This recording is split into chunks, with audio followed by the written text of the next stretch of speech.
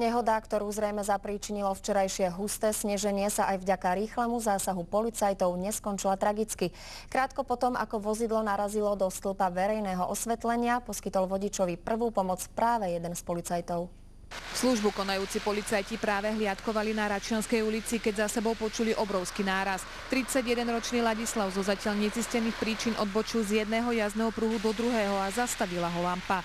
Vodičov bratranec, ktorý mal ísť po ceste súbežne s ním, si všimol, že má Ladislava v spätnom zrkadle a v zápätí sa mu stratil.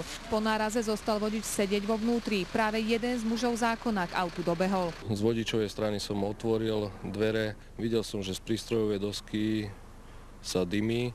Na základe toho som osobu chcel vyťahnuť. Práve vtedy prišiel k autu aj Lacov bratranec a spolu muža vyťahli. Položili ho ďalej od auta a poskytli prvú pomoc. Vodič bol v bezvedomí, na hlave mal tržnú ranu a zrejme aj zranené dolné končatiny. Dali sme ho do stabilizovanej polohy, podložili sme mu veci pod hlavu.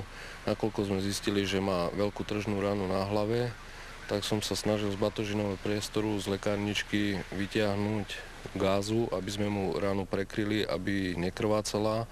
Keď otvoril kufor, zistil, že mladý muž je vozíčkar. Uložený tam mal totiž invalidný vozík. Medzi tým zavolali záchranku a hasičov. Môj kolega medzi tým zabezpečoval dopravu, aby nedošlo k ďalšej dopravnej nehode. Zraneného muža záchranári odviezli na kompletné vyšetrenia na bratislavské Kramáre. Práve tento prípad svedčí o tom, že policajti nedávajú len pokuty, ale pomáhajú aj zachraňovať život. Veronika Hulíková, Silvia Mračnová, televízia.